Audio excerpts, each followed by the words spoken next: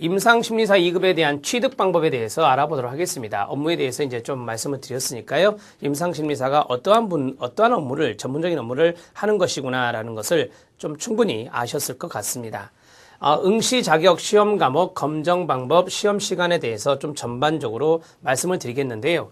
이 응시 자격은 뒷부분에서 말씀을 드릴게요. 전반적으로 뒷부분에 정리를 했습니다.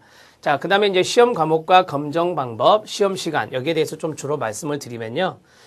첫 번째, 급수는 임상심리사 2급에 해당됩니다. 2급에 해당되고요. 자, 응시 자격은 임상심리와 관련해서 1년 이상 실습 수련을 받은 자, 그러니까 바로 볼 수 있는 게 아니에요. 1년 이상 실습 수련이 필요하고요. 수련 과정이 필요하다는 겁니다. 또는입니다. 그리고가 아니고 2년 이상 실무에 종사한 자로서 대학 졸업자 및 졸업 예정자다라고 했어요. 그러니까 전문대학은 해당 사항이 없다. 자, 얼마 전에 제가 이제 이렇게 자료를 쭉 찾아보니까 국가인권위원회에서 이 전문대학을 나왔어도 이러한 임상심리사를 도전할 수 있도록 응시 자격에 부여해라라고 권고했던 것을 읽어보았습니다. 그러나 아직까지는 이 한국산업인력공단에서 이야기하고 있는 응시 자격에는 전문대학을 졸업한 사람은 해당 사항이 없고 4년제 대학을 졸업하거나 졸업 예정자인 분들을 대상으로 하는 것입니다. 그리고 실습 수련이 1년 이상이고 실무에 종사한 자는 2년 이상으로 기준이 마련되어 있습니다.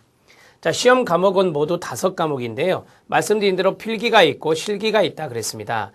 편의상 이거를 1차 필기를, 2차를 실기라고 이야기를 해볼게요.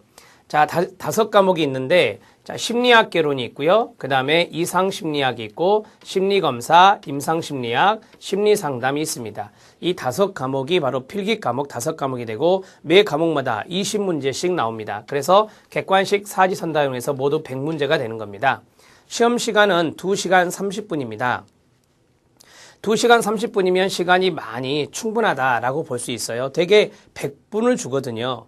100분이라 하면은 1시간 40분인데 그것보다 훨씬 더 긴 시간을 주기 때문에 시간적인 부족함은 없을 것으로 사료됩니다. 자, 그 다음에 필답형이 있다 그랬죠. 이건 주관식형인데요. 대개 18문제 정도 출제되는 것으로 나오고요. 그 다음에 3시간 정도 주기 때문에 시간은 아주 넉넉하다라고 말씀드릴 수 있어요. 자, 이것은 주관식으로서 내려가는 것이니까 뒤에서 학습 전략에 대해서 말씀을 드릴 때 다시 한 번 더 거론해 드리도록 하겠습니다.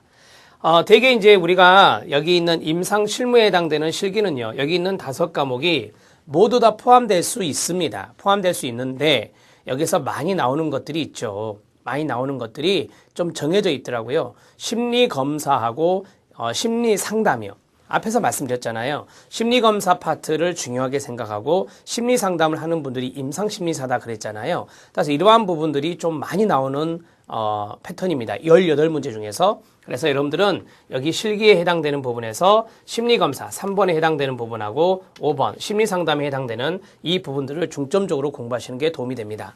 물론 다른 영역에서 나올 수 있는데요. 소수의 문제가 나와요. 한 2문제 내지 3문제 이 정도 출제가 되는 걸로 알고 있습니다. 그래서 3번과 5번이 많이 나온다, 많이 출제된다 이렇게 생각을 하시면 되겠습니다. 출제 경향을 보면 그렇다는 겁니다. 자, 그 다음에 이제 임상심리사 2급 응시 자격은 한국산업인력공단에서 개별적으로 확인이 가능합니다. 여러분들이 이제 전화를 하시면 돼요. 1644에 8000번을 하셔서 내가 임상심리사 2급 자격이 되느냐, 안 되느냐, 이건 개별적으로 여러분들이 문의를 하셔서 확인을 받으시면 되겠습니다. 자, 그 다음에 합격 기준입니다. 합격 기준은 간단하게 말씀드리면 40% 미만의 과락 없이 60% 이상이면 합격이 되는 겁니다. 필기가 있는데요. 매 과목 40점 이상이어야 돼요. 이게 이제 과락 기준입니다. 과락 기준이고요. 다른 것을 잘 보았다 하더라도 한 과목이라도 40점 미만이 나왔다. 그러면 개수로 해볼까요? 20문제에 40점이면 8개거든요. 8개까지는 괜찮은데 정답수가 8개 밑에 7개를 맞으면 이제 과락으로 낙방하게 되는 겁니다. 그래서 이 과락 기준이 바로 40%다 이렇게 생각하시면 되고요. 그거를 이제 5과목이 다 넘긴 상태에서 전 과목 평균이 60점 이상이면 된다. 자, 그러면 정답수로 할까요? 100개죠. 문제가 100문제니까 60개 이상을 맞추시면 되는 거예요. 그러니까 매 과목마다 8개 이상 맞추면서 전체가 60개 이상이면 합격이 된다. 이렇게 간단하게 설명해 드릴 수 있겠습니다. 자, 실기는 60점 이상입니다. 이건 주관식이니까 주관식 채점의 형태로 가죠. 주관식 채점의 형태로 해서 60점 이상이면 합격이 되겠습니다.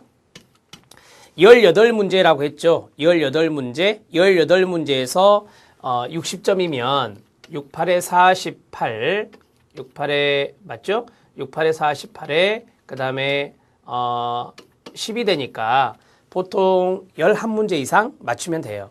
그러니까 10.8이니까 11문제 이상 11문제 이상만 동그라미 맞춰준다면 이것은 합격입니다.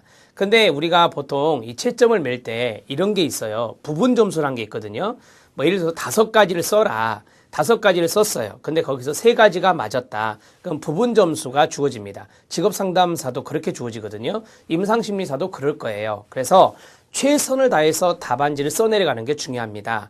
그러니까 아예 전체적으로 다 틀리면은 점수가 나가지 않지만 내가 5가지 중에서 3가지나 4가지가 맞았다. 한 가지가 틀렸고, 한두 가지 틀렸고, 그럼 부분 점수가 나갈 수 있으니까 최선을 다해서 필답형의 답안지를 써내려가는 게 좋습니다. 그렇게 하는 것도 중요하죠. 그래서 부분 점수를 다 합산해서 60점 이상이 되면 되는 겁니다. 그러니까 여러분들이 좀 어느 정도 답안지를 쭉 써내려갈 때 전혀 못 쓰는 것도 나올 수 있겠죠, 당연히. 전혀 못 쓰는 것도 나올 수 있는데, 이 전혀 못 쓰는 것이 너무 많으면 안 돼요. 한 2문제 정도, 3문제 정도는 전혀 못 쓰더라도 나머지 것들은 어느 정도 이렇게 쭉 쓸 수 있으셔야 됩니다. 근데 다행스러운 게 기출문제를 보니까요. 쭉 기출문제 보니까 예전에 나왔던 것들이 좀 나오는 경향이 많아요. 실기는. 그래서 여러분들이 여기 출제된 것들, 기출문제들을 충분히 연습하신다면 실기를 합격해서 최종적으로 합격하실 수 있을 겁니다.